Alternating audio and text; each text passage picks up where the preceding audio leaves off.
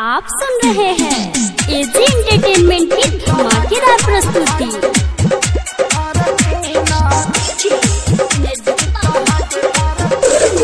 मिलल बा भक्तार सखी सब का सुनर, मिलल बा भक्तार सखी सब का सुनर। उतहा के फारा चुनर, उतहा के फारा चुनर, उतहा के फारा चुनर, उतहा के फारा चुनर। मिलल बा भक्तार सखी सब का सुनर, मिलल बा भक्तार सखी सब का सुनर। उतहा के फारा चुनर, उतहा के फारा चुनर, उतहा के फारा चुनर, उतहा के फारा mix by AG recording studio.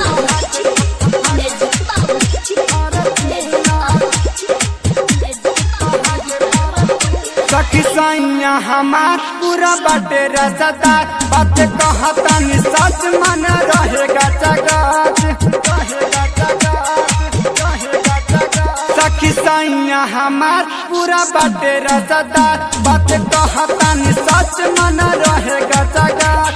साया साड़ी होबे हमरा राजा जी के किनार, साया साड़ी होबे हमरा राजा जी के किनार। उतहा के फारा चुनर, उतहा के फारा चुनर, उतहा के फारा चुनर, उतहा के फारा चुनर। आप सुन रहे हैं एजी एंटरटेनमेंट की धमाकेदार प्रस्तुति।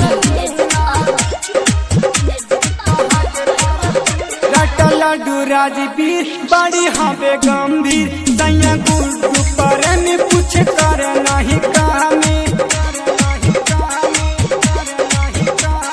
लड्डू राजवीर बड़ी हवे गंभीर, सैया गुड्डू पर में पूछ कर नहीं कामी।